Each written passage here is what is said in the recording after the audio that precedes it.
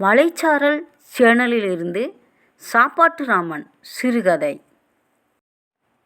என்ன மாடசாமி, ஊருக்கு போகிறதுக்கு ஏற்பாடெல்லாம் பயங்கரமாக இருக்கு போல என்றபடி அறைக்குள் வந்தான் மோகன். ஆமாண்ணே, இப்போவே ஆரம்பித்தாதான் போகிறதுக்குள்ளே எல்லாம் வாங்கியார முடியும். அப்புறம் எனக்கு வாங்கலை உனக்கு வாங்கலைன்னு பஞ்சாயத்தாகும். எதுக்கு வம்பு? அதான் என்னென்னு வாங்கணும்னு லிஸ்ட்டு போட்டு வாங்கிட்டு இருக்கேனே. அதுவும் சரிதான், வெளிநாட்டு வேலைன்னு வந்ததும் தான் வந்தோம். எனக்கு கோடாரி தைலம் வாங்கிட்டு வா, டார்ச் லைட்டில் வாங்கு, சென்ட்டு வாங்குன்னு என்னமோ இங்கே மட்டும்தான் கிடைக்கிற மாதிரி மனசை போட்டு பாடா படுத்துகிறாங்கப்பா. நம்ம பொழப்ப பார்க்கவா இல்லை இவனுங்களுக்கு என்ன வேணும் ஏது வேணும்னு கடைக்கடையாக அலையவான்னு தான் தெரியலை. ஆமாம், நீ எப்போ கிளம்புற? நாளைக்கு பகல் டியூட்டி முடிச்சுட்டு கிளம்பணும்னே. ராத்திரிக்கு ஃப்ளைட்டு. சரிடா, பார்த்து போயிட்டு வா. இப்போ வா, சாப்பிடலாம். வாரனே என்றபடி மாடசாமியும் அரைக்கதவை சாத்திவிட்டு கிளம்பலானான். மாடசாமி 12 வரைக்கும் தான் உள்ளூர் பள்ளிக்கூடத்தில் படித்தான். அதுக்கு மேலே படிக்க வைக்க வசதியும் இல்லை. வெளியூருக்கு போய் படிக்க விட மாட்டேன்னு அவள் ஆத்தா பிடிவாதம் பண்ணா இவனும் படிக்கிறன்ற எண்ணத்தையே விட்டுட்டு ஊரை சுற்றிட்டு இருந்தான். மாடசாமி அப்பனும் ஆத்தாலும் கூலி வேலைக்கு தான் போயிட்டு இருந்தாங்க. ஒரு தடவை வாழைத்தார் இறக்க போன இடத்துல வரப்பு மேட்டில் காலி இடறி விழுந்ததால் சுடலியால் முன்ன போல் வேலைக்கு போக முடியலை. அக்கா கல்யாணம், கூரை விட்டு பிரித்து சென்ட்ரிங் போடணும், இப்படி முடிவடையாத குடும்ப தேவையெல்லாம் இவன் தலையில் வந்து விழுந்துச்சு. கத்தார் பணத்துக்கு 1500 ரியால் சம்பளம். டே இந்திய மதிப்புப்படி கிட்டத்தட்ட 30,000 மாதம் கிடைக்கும். ஆனால் தங்க சாப்பாட்டுக்கு எல்லாம் நாம தான் பார்த்துக்கணும். இப்போ நான் தங்கி இருக்கிற ரூமுக்கே வந்துடு, நம்ம வாடகையை ஷேர் பண்ணிக்கலாம் அப்படின்னு பக்கத்து ஊரில் சேகர் சொல்லவும் எதை பற்றியும் மாடசாமி யோசிக்கலை. இங்கே இருந்த எவன் கொடுப்பான் இந்த பணத்தை அப்படின்னு யோசித்தவன், கருவேப்பிலை கொத்தாட்டம் ஒத்த பிள்ளைய வச்சிருக்கேன், இப்படி கண்காணாத இடத்துக்கு அனுப்ப சொல்கிறியேன்னு அழுது புலம்பன ஆத்தாளை சமாளித்து ஒரு வழியாக கத்தாறு வந்து சேர்ந்தான். சேகரும் மாடசாமியும் ஒன்றாத்தான் படித்தாங்க, 12ஆம் கிளாஸு வரைக்கும். சேகருக்கு 2 அக்கா. 6ஆப்பு படிக்கும்போதே அவனோட அப்பனும் தவறி போயிட்டாரு. பிறகுன்னா படிப்பை முடிக்கவும் பொழப்ப பார்க்க சொல்லி கத்தாருக்கு அனுப்பி விட்டுட்டாங்க. கத்தார் வந்ததுக்கு அப்புறமா தான் அவனோட அக்காக்கள் 2 பேருக்கும் கல்யாணத்தை முடித்து வச்சான். அப்பன் பங்கு பாகத்தில் வந்த இடத்துல வீட்டை கட்டுறதுக்கு அஸ்திவாரம் போட்டான். அதனால் அவன் பேச்சை மலை போல நம்பினான். எப்படியும் தலை மேலே இருக்கிற பாரத்தை இறக்கி வச்சிடலாம்னு பயணம் போனான். கரம்பையில் இருந்து கத்தாருக்கு அவன் நினச்ச மாதிரி சம்பளத்துக்கு ஒன்றும் குறவில்லை. ஆனால் சாப்பாடு தான் சரிப்பட்டு வரல அவனுக்கு. ஊரில் பழைய சோத்துக்கே கருவாட்டு தொக்கு, சின்ன வெங்காயம், சுண்டக்குழம்பு, சின்னையன் லாடா கடை மிச்சர் அப்படின்னு வகவையாக காரசாரம் தான் தின்பான். ஒத்த பைய, அதுவும் ஆம்பளை பிள்ளைனதும் அவனோட ஆத்தா மாரியம்மா அவன் மனசுக்கோணாம சாப்பாடு போடுவா. மதியம் சாப்பாட்டுக்கு என்ன காய் வச்சாலும் கூட ஒரு முட்டையை பொறிச்சு வச்சு தான் அவன் தொண்டையில் இறங்கும், இல்லைன்னா ஆடுவான். அவனுக்காகவே மாரியம்மா வீட்டில் 5-6 கோழியை கூட வளர்த்தாள். மாடசாமி கத்தாறு வந்து 2 வருஷம் ஆச்சு. வந்த புதுசில் காஞ்சு போன ரொட்டியை பார்த்தவன் மூச்சு செத்து போச்சு. என்னடா முழிக்கிற? இல்லைண்ணா, நானும் வந்து 2 நாளாக 2 வேளை இதை தான் கொடுக்குறாங்க. ஒரு வேளை தான் சோறு கிடைக்கு, இதை சாப்பிட முடியலண்ணா. ஃப்ளைட்டில் வரும்போது இப்படி தான் கொடுத்தாங்கண்ணா. நல்லா ஆகி போய் 4 நாள் ஆச்சுதுனே. இதை சாப்பிட்டு சாப்பிட்டு நாக்கு செத்துரும் போல இருக்குதுனே. அதுக்கு என்னப்பா பண்ண முடியும்? இங்கே இதுதான்ப்பா சாப்பாடு. 3 வேளையும் சோறு சாப்பிடணும்னா நாம் வாங்குகிற சம்பளம் அதுக்கே சரியாக போயிடும். அப்புறம் வீட்டில் இருந்து உனக்கு செலவுக்கு பணம் அனுப்ப சொல்லணும். கவலைப்படாமல் சாப்பிடுடா, எல்லாம் போக போக பழகிடும். இங்கே நாக்க வளர்த்தா நாம் வாழ முடியாதுடா. கிடைக்கிறத பசிக்கு 4 வாய் உள்ளே தள்ளிட்டு வேலையை பார்க்க போயிடணும். அப்போத்தான் என்னத்தையாவது ஊருக்கு அனுப்ப முடியும். நாம் என்ன காலம் பூராவா இங்கே இருக்க போகிறோம்? கடனை அடைச்சிட்டு 4 காசு சேர்க்குற வரைக்கும் கண்ணை மூடிட்டு இருக்கணும்டா. காஞ்சு போன அந்த பண்ணை பிச்சு விதியேன்னு வாயில் போட்டவன் நினப்பெல்லாம் ஊருக்கு போகணும் தான் இருந்தது. ஆனால் வேலைக்கு சேர்க்கும்போது 2 வருஷத்துக்கு ஒரு வாட்டி தான் ஊருக்கு போகணும்னு ஒப்பந்தம் போட்டு தான் வந்தான். அதனால் இனி இந்த 2 வருஷம் இந்த காஞ்சு போன பண்ணு தான். மனசை தேத்திக்கிட்டு பண்ணை உள்ளே தள்ளினான் மாடசாமி. மாரியம்மா கைப்பக்குவம் அந்த ஊரில் யாருக்கும் வராது. பார்த்து பார்த்து பக்குவமாக செய்வா. அவள் சமையலில் சாப்பிட்றவங்க ஆயுசுக்கும் அவளுக்கு அடிமையாக தான் கிடப்பாங்க. அப்படி ஒரு ருசி அவள் சமையலில். மாடசாமி வீட்டுக்கு ஒத்த வாரிசு. போதாக்குறைக்கு அவள் அப்பன் பேரை தான் மகனுக்கு வச்சா. அதனால் அவன் வாய்க்கும் வகுத்துக்கும் வஞ்சகம் இல்லாமல் பார்த்துக்கிட்டா. மாடசாமி வீட்டில் இருந்து 10 அடி தாண்டி இருக்கிற எருக்குழி பக்கத்தில் ஒரு புளிய மரம் இருக்கும். நல்ல பூவும் பிஞ்சும் கொட்டி கிடக்கிற சமயத்தில் மரத்தில் இருந்து பிஞ்சு புளியங்காய் பறித்து வரமிளகாய் கல் உப்பு சேர்த்து அம்மியில் வச்சு அரைச்சி துவையல் அரைச்சி புல்லு தோசை சுட்டாக்க கொண்டான்னு நாக்கு கேட்கும். புல்லு தோசைக்கு இப்படின்னா தோசைக்கு கொப்பரை தேங்காயோட வரமிளகாய் காம்பாஞ்சி போட்டு கல் உப்பு காஞ்ச புளி சேர்த்து அரைக்கிற துவையல் தனி ருசி. இன்னும் பொரிகடையில் வச்சு அரைக்கிற துவையல் மல்லி கருவேப்பிலை துவையல்னு துவையலை மட்டுமே விதவிதமாக செய்வான். தன்னோட கைபேசி அடிக்கவும் எடுத்து பார்த்தான். கம்பெனியில் இருந்து தான் சவாரி வந்திருக்குன்னு கூப்பிடுறாங்க. பார்த்ததுமே அவசரமாக ஓடினான்.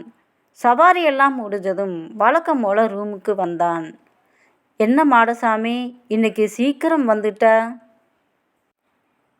இன்னைக்கு சவாரி ஒன்றும் பெருசாக வரல, அதான் ஓனரு சீக்கிரம் கிளம்ப சொல்லிட்டாரு. ஆமாம், நீ ஊருக்கு போகிறேன்னு கேள்விப்பட்டேன். ஆமாண்ணே, நாளைக்கு பகல் டியூட்டி முடிச்சுட்டு ராத்திரி ஃப்ளைட்டில் கிளம்புறேன். எனக்கு ஒரு சின்ன உதவி செய்யணுமே. என்ன அண்ணே, சொல்லுங்கள். உங்களுக்கு செய்யாமலா? செஞ்சிடலாம். சரிடே, நாளைக்கு காலையில் நான் ஒரு பார்சல் தாரேன். அதை கொண்டு போய் ஏர்போர்ட்டில் நம்ம ஆள் வருவான், அவங்கிட்ட கொடுத்து விடுறேன். சரிண்ணே, கொடுத்துட்றேன். நீங்கள் மறக்காமல் கொண்டு வாங்க. சரிப்பா, நான் கிளம்புறேன். எனக்கு டியூட்டிக்கு நேரமாச்சு. நீயும் படு, இப்போ தான் வந்த என்றபடியே சென்றான் சந்தேஷ். மாடசாமி கண் அயரும் நேரம் சரியாக அவனின் கைபேசி அழைத்தது. ஏம்மா, எப்படி இருக்க? நல்லா இருக்கேன்யா. நீ எப்படி இருக்க? நல்லா இருக்கேன்மா. நாளைக்கு ஊருக்கு வரேதானே? இதையே எத்தனை வாட்டிம்மா கேட்ப? நாளைக்கு இந்நேரத்துக்கெல்லாம் ஃப்ளைட்டில் ஏறி இருப்பேன்மா. சரியா, தேவையானதெல்லாம் எடுத்து வச்சுக்கோ. மறந்துடாம அந்த தைல பாட்டிலை கூட 2 வாங்கியாயா? எதிர்விட்டு மாலதிக்கும் அவள் ஆத்தாளுக்கும் வேணும்னு கேட்டான். சரிம்மா, நான் எல்லாம் வாங்கிட்டேன். இப்போ தூங்க போகிறேன். இப்போ தான் டியூட்டி முடிஞ்சு வந்தேன். பிறகு பேசுகிறேன். சரிப்பா, போய் தூங்கு, வச்சுடுறேன். பொழுது விடிஞ்சதும் மாடசாமி டியூட்டிக்கு கிளம்பிவிட்டு இருந்தான். நேற்று சொன்னபடியே பார்சலுடன் வந்து சேர்ந்தான் சந்தேஷ். மாடசாமி என்றபடியே ரூம் வாசலில் நின்று அழைக்கவும் உள்ளே வருமாறு குரல் கொடுத்தான்.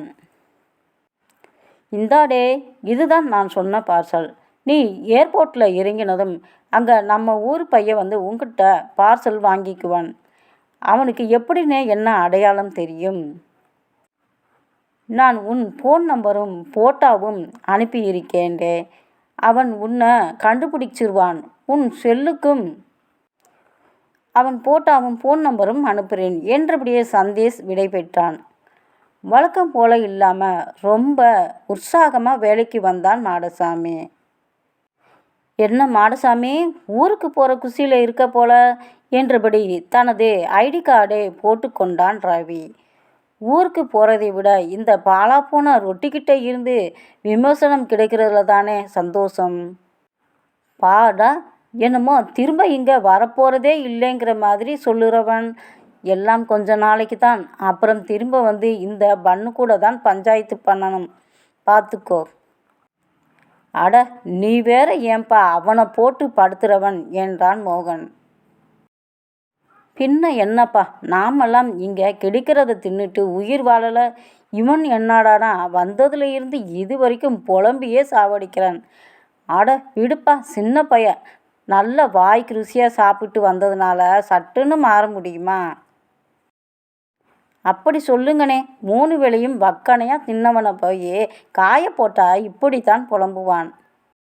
அடே, நீ உசுர் வாழை சாப்பிடுறியா இல்லை சாப்பிட உசுர் வாழ போறியா என்றபடி சிரித்தான் ரவி. 2க்கும் தானே. இப்படி ராத்திரி பகலாக வேலை பார்த்து காவயித்து கஞ்சி கூட குடிக்க முடியலைன்னா உயிர் வாழது என்ன பிரயோஜனம் சொல்லுங்க? சரிடே, நீ ஆசைப்படுற மாதிரி இன்னும் 1 மாதம் சாப்பிட போகிற. அதனால் ஊருக்கு போகிறதுக்கு முன்னாடி எங்களுக்கெல்லாம் ட்ரீட்ரு வச்சுட்டு போ. வச்சுட்டா போச்சு, எல்லாருக்கும் மதிய சாப்பாடு என் செலவு. அப்போ நான் சந்தோஷ்கிட்டையும் சொல்லிடுறேன், அவனும் வந்துடுவான். சவாரிக்கு நேரமாச்சு, மதியம் பார்க்கலாம் என்றபடி நண்பர்கள் குழு கலைந்து சென்றது. சொன்னது போலவே மதிய உணவுக்கு நண்பர்கள் அனைவரும் உணவகத்திற்கு வந்தனர். எல்லாருக்கும் மக்பூஸ் எனப்படும் கத்தாரின் பிரசித்தி பெற்ற உணவு பரிமாறப்பட்டது. மக்பூஸ் என்பது அரிசி, காய்கறி, ஆட்டு இறைச்சி அல்லது கோழி இறைச்சி சேர்த்து செய்கிற உணவு. அங்கு கிடைக்கிற உணவுகளில் பரவலாக எல்லோருக்கும் பிடித்த உணவும் இதுதான் என்பதால் அதையே ஆர்டர் செய்தனர். உணவு பரிமாறப்பட்டதும் தனக்கான உணவில் இருந்த கோழி இறைச்சியை சுவைத்தபடியே ரவிதான் கேட்டான்.